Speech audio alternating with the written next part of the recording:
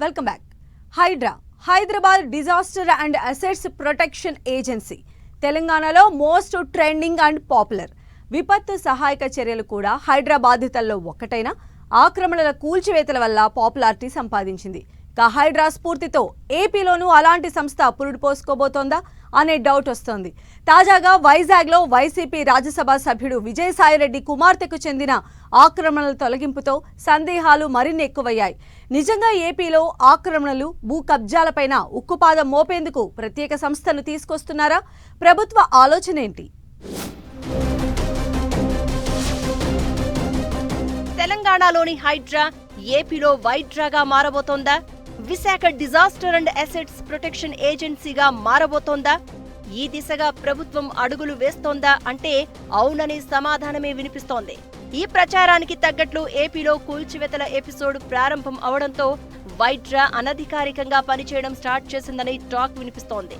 ఏపీలో గత ప్రభుత్వం నుంచి కూల్చివేతలు కామన్ అయిపోయాయనే అభిప్రాయం ఉంది. అయితే గతంలో శుక్రవారం అర్ధరాత్రి నుంచి ఆదివారం అర్ధరాత్రి వరకు కూల్చివేతల ఎపిసోడ్ ఉండేది. ఇప్పుడు మాత్రం కోర్టు అనుమతులు, అధికారుల నోటీసులు వంటి నిబంధనలు పాటిస్తూ చట్ట ప్రకారం కూల్చివేతలకు దిగుతున్నారని అంటున్నారు. తెలంగాణలో ముఖ్యంగా హైదరాబాద్లో చెరువుల ఆక్రమణల తొలగింపుల్లో హైడ్రా రాజీ పడడం లేదు. ఈ విషయంలో ప్రజల నుంచి సానుకూల స్పందన ఉండడంతో ఏపీ ప్రభుత్వం ఇలాంటి సంస్థ ఏర్పాటుపై ఆలోచన చేస్తున్నట్లు ప్రకటించింది. విశాఖలో భూ కబ్జాలను అరికట్టడానికి హైడ్రా వంటి సంస్థను ఏర్పాటు చేసే అవకాశాలు పరిశీలిస్తామని మున్సిపల్ మంత్రి నారాయణ గత వారం ప్రకటించారు. ఇక తాజాగా విజయవాడ వరదలకు బుడమేరు ఆక్రమణలే కారణమని తేలింది. దీంతో నదీ గర్భాల్లో ఆక్రమణల తొలగింపులకు ప్రభుత్వం సిద్ధమవుతున్నట్లు తెలుస్తోంది. డిప్యూటీ సీఎం పవన్ కళ్యాణ్ కూడా హైడ్రా పనితీరును అభినందించడంతో ఏపీ ప్రభుత్వం విశాఖ, విజయవాడ నగరాలకు సంబంధించి వైడ్రా ఏర్పాటు చేస్తుందా అనే చర్చ జరుగుతోంది.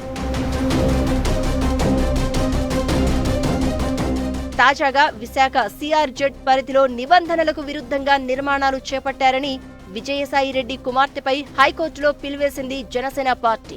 భీమిలికి సమీపంలో సముద్ర తీరానికి ఆనుకుని 4 ఎకరాల్లో విజయసాయిరెడ్డి కుమార్తె ప్రహరీ నిర్మించారు. సిఆర్జెడ్ నిబంధనల ప్రకారం సముద్ర తీరంలో కాంక్రీటు నిర్మాణాలు చట్ట విరుద్ధం. దీంతో ఆ నిర్మాణాలను కూల్చివేయాలని కోర్టు తీర్పునిచ్చింది. దీంతో అధికారులు జెట్ స్పీడ్తో నిర్మాణాలను తొలగించారు. అయితే ఈ నిర్మాణాలు విజయసాయిరెడ్డి కుమార్తెకు చెందినవి కావడమే చర్చకు దారితీస్తోంది. గతంలో విశాఖలో పలువురు టీడీపీ నేతలకు చెందిన ఇళ్లు, కార్యాలయాల కూల్చివేతకు విజయసాయిరెడ్డి ప్రోద్బలం ఉందని ప్రచారం జరిగింది. విజయసాయిరెడ్డి డైరెక్షన్లోనే గీతం కాలేజీ ప్రహరీతో పాటు అయ్యన్న పాత్రుడు, సబ్బం హరి, పల్లా శ్రీనివాసరావుకు చెందిన భవనాలను తొలగించారనే ఆరోపణలు ఉన్నాయి. దీంతో టీడీపీ నేతలకు విజయసాయిరెడ్డి టార్గెట్ అయ్యారనే ప్రచారం జరుగుతోంది.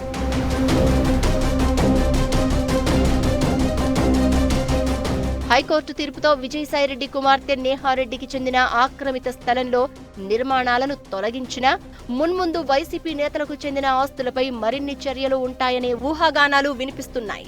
మున్సిపల్ మంత్రి నారాయణ విశాఖలో ఆక్రమణల తొలగింపునకు చర్యలు తీసుకుంటాం అన్నప్పుడే హైడ్రా వంటి సంస్థ ఏపీలో పురుడు పోసుకోబోతోందని ప్రచారం జరిగింది. తాజాగా విజయసాయిరెడ్డి కుమార్తె ఆస్తుల కూల్చివేతతో ఆ ప్రచారానికి బలం చేకూరింది అంటున్నారు. ప్రస్తుతం ప్రభుత్వ యంత్రాంగం మొత్తం విజయవాడ వరద సహాయక చర్యల్లో నిమగ్నమైంది.